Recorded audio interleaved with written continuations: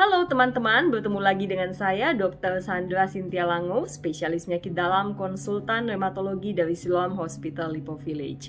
Hari ini saya akan membahas tentang artritis rheumatoid, masih dalam series tentang diagnosis penyakit rematik autoimun. Nah, artritis rheumatoid adalah merupakan salah satu penyakit rematik autoimun yang paling sering ditemukan. Biasanya dominan mengenai wanita, namun pria juga bisa terkena. Nah, gejala daripada rheumatoid arthritis ini adalah nyeri pada sendi-sendi kecil.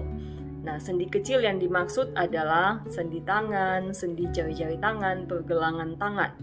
Apa yang dirasakan oleh penyandang rheumatoid arthritis? Biasanya mereka akan mengeluh nyeri pada tangan dan kaku pada pagi hari, di mana kaku ini bisa membaik sesudah kita melakukan aktivitas fisik, misalnya sesudah kita bersih-bersih atau sesudah mencuci.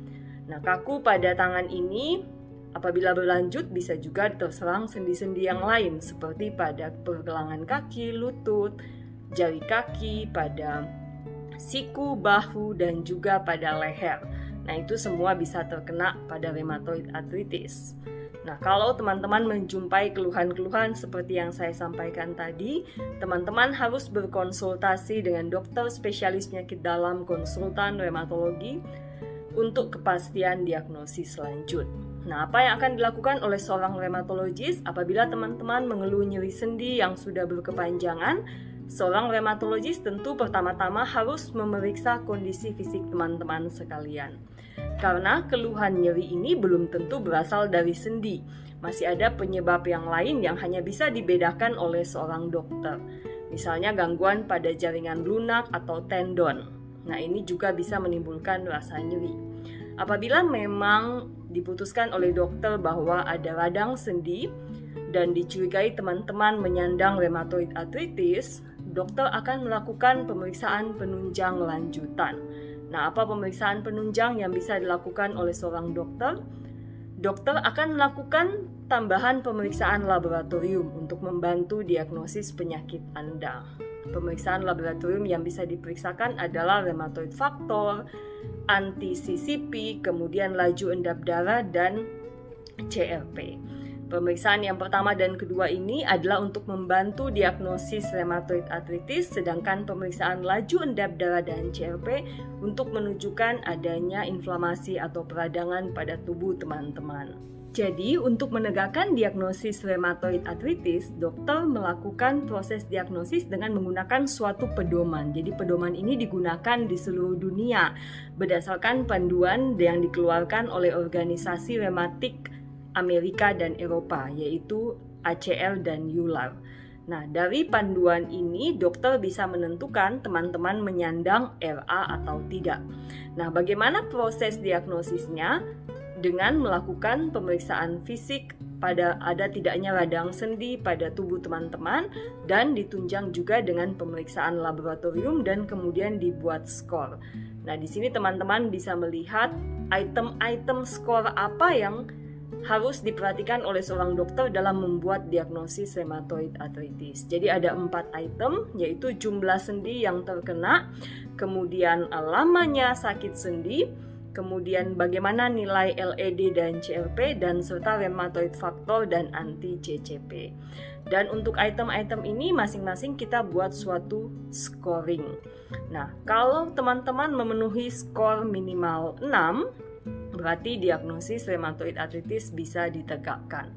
Nah, sebagai contoh, kalau teman-teman memiliki rheumatoid factor yang positif, tapi tidak ada gejala yang lain, tidak ada nyeri sendi, kemudian CRP-nya normal, nah ini berarti teman-teman skornya 2, dan berarti ini bukan suatu rheumatoid arthritis.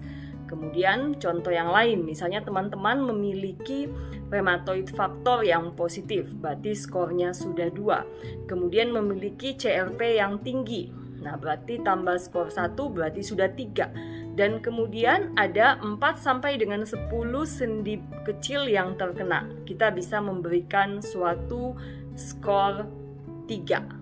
Jadi skornya sudah memenuhi 6 dan sudah cukup bagi seorang dokter untuk menegakkan diagnosis rheumatoid arthritis. Nah, itu adalah contoh. bagaimana seorang dokter rheumatologis menegakkan diagnosis rheumatoid arthritis. Sekali lagi ditegaskan bahwa dari penjelasan tadi, diagnosis rheumatoid arthritis tidak hanya dibuat berdasarkan hasil pemeriksaan lab saja. Jadi rheumatoid faktor yang positif tanpa ada gejala klinis yang sesuai itu bukan rheumatoid arthritis. Sebaliknya, kalau kita punya gejala klinis radang sendi dan mengenai banyak sendi, meskipun rheumatoid faktor kita negatif atau meskipun anti-CCP kita negatif, itu disebut juga sebagai rheumatoid arthritis atau rheumatoid arthritis seronegatif. Jadi yang paling penting kita harus ketahui di sini adalah bahwa diagnosis rheumatoid arthritis ini lebih ke arah suatu diagnosis klinis yang dilakukan oleh seorang dokter ahli. Dalam hal ini adalah seorang rheumatologis. Nah, proses diagnosis sudah selesai. Jangan lupa bahwa setelah diagnosis, teman-teman harus segera mendapatkan pengobatan. Nah, pengobatan ini dilakukan oleh seorang internis konsultan rheumatologi atau rheumatologis. Nah, untuk pengobatan rheumatoid arthritis ada pengobatan khususnya yang disebut dengan DMARD atau agen biologik. Bisa diberikan kepada teman-teman sesuai dengan indikasi.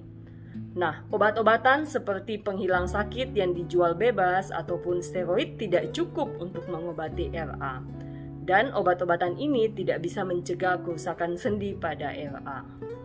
Oleh karena itu, semakin cepat teman-teman terdiagnosis, semakin tepat teman-teman bisa mendapatkan obat spesifik untuk RA. Demikian penjelasan saya tentang diagnosis rheumatoid arthritis, semoga bermanfaat.